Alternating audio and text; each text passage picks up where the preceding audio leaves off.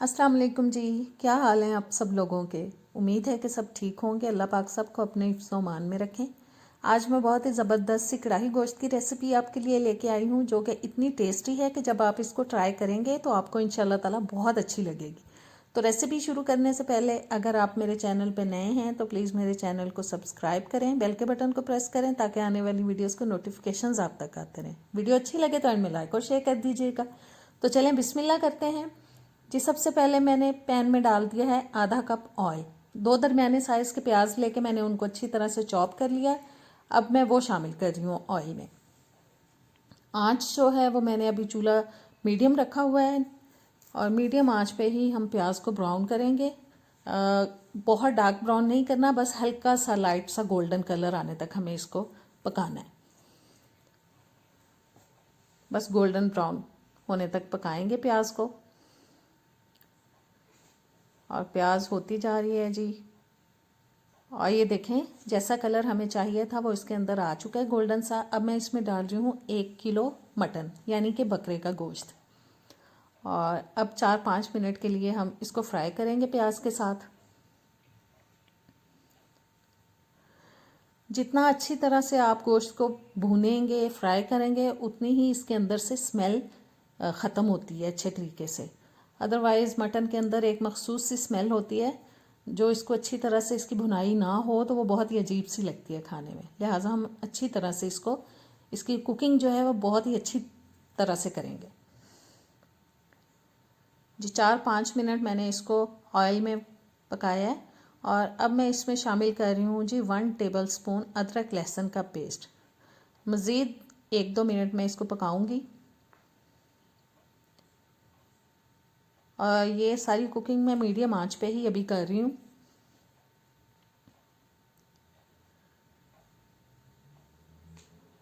और 1-2 मिनट मैंने अदरक लहसुन के पेस्ट को भी पका लिया है। अब मैं इसमें शामिल कर रही हूँ जी टमाटर, जो कि मैंने 3 बड़े साइज़ के लेके उनको चॉप कर लिया था। आप चाहें तो वैसे भी काट के डाल सकते हैं। मैंने प्याज चॉप किया तो मैंने साथ टमाटर भी चॉप कर लिए। मैंने कहा कि चलें ज़रा अच्छी सी ग्रेवी बन जाएगी, जल्दी मिक्स हो जाएंगे, गल जाएंगे। और अब हम टमाटरों को 1-2 मिनट पकाएंगे ताकि थोड़े ये सॉफ्ट हो जाएं, थोड़े से नरम हो जाएं टमाटर। और टमाटर देखें नरम हो चुके हैं, पानी छोड़ दिया उन्होंने। और अब मैं इसमें मसाले शामिल कर रही हूँ जी। सबसे पहले मैं डाल रही हूँ लाल मिर्च का पाउडर 2 टीस्पून, नमक 1.5 टीस्पून। आप अपने टेस्ट के हिसाब से इसको कम ज़्यादा कर सकते हैं।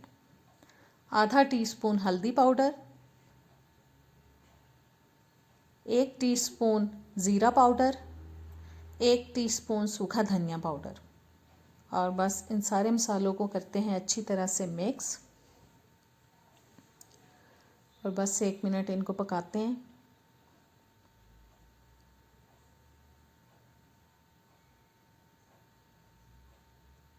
और मसालों को मैंने अच्छी तरह से मिक्स कर दिया है। और अब मैं इसमें शामिल कर रही हूँ जी आधा कप दही, जिसको मैंने अच्छी तरह से फेंट लिया। और ये दही चला गया इसके अंदर। और बस अब हम दही का पानी थोड़ा ड्राई होने तक इसको पकाएंगे, जब तक कि इसके अंदर से हल्का हल्का सा ऑयल ना निकलना शुरू हो जाए।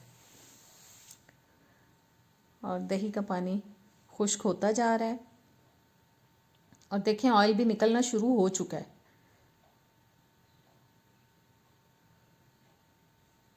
और अब हम डालेंगे जी इसके अंदर पानी, जो कि मैं डाल रही हूँ तकरीबन 4 गिलास। क्योंकि गोश्त को हमें अच्छी तरह से गलाना है, इसलिए मैं तकरीबन 4 गिलास पानी डाल रही हूँ। थोड़ा सा मैं और ऐड करूँगी। तकरीबन 4 गिलास मैंने इसमें पानी डाल दिया है। और अच्छी तरह से मिक्स करने के बाद इसको अब हम ऊपर से ढकते हैं जी। मैंने ढक दिया और मीडियम लो हीट पे मैं इसको 25 से 30 मिनट के लिए पकाऊंगी। और ये मैंने तकरीबन 30 मिनट के बाद ढक्कन उठाया है। गोश्त को मैंने चेक किया है, बहुत अच्छी तरह से गल चुका है गोश्त। और आंच मैंने अब फिर से मीडियम कर दी है। और अब मैं इसमें शामिल कर रही हूँ जी हाफ़ टी स्पून गरम मसाला, क्योंकि मैं गरम मसाला डालने के बाद इसको थोड़ा भूनूंगी। गरम मसाला भी इसकी स्मेल को ख़त्म करने में बहुत मदद देता है। और 4-5 मैंने मिर्चें दरमियान में से काट के 2-2 पीसेस करके वो डाल दी हैं। और बस अच्छी तरह से अब हम इसको थोड़ा भून लेंगे।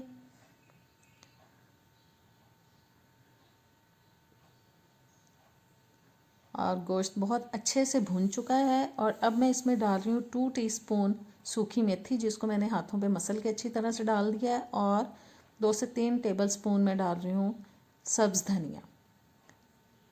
और अब हम इसको मिक्स करते हैं। और जी मज़ेदार सा हमारा कढ़ाई गोश्त हो चुका है तैयार। मटन कढ़ाई कह लें, मटन कढ़ाई गोश्त इसको कह लें, बहुत ज़बरदस्त रेसिपी है। उम्मीद है आज की रेसिपी आपको अच्छी लगी होगी। ज़रूर ट्राई कीजिएगा, मुझे कमेंट्स में बताइएगा।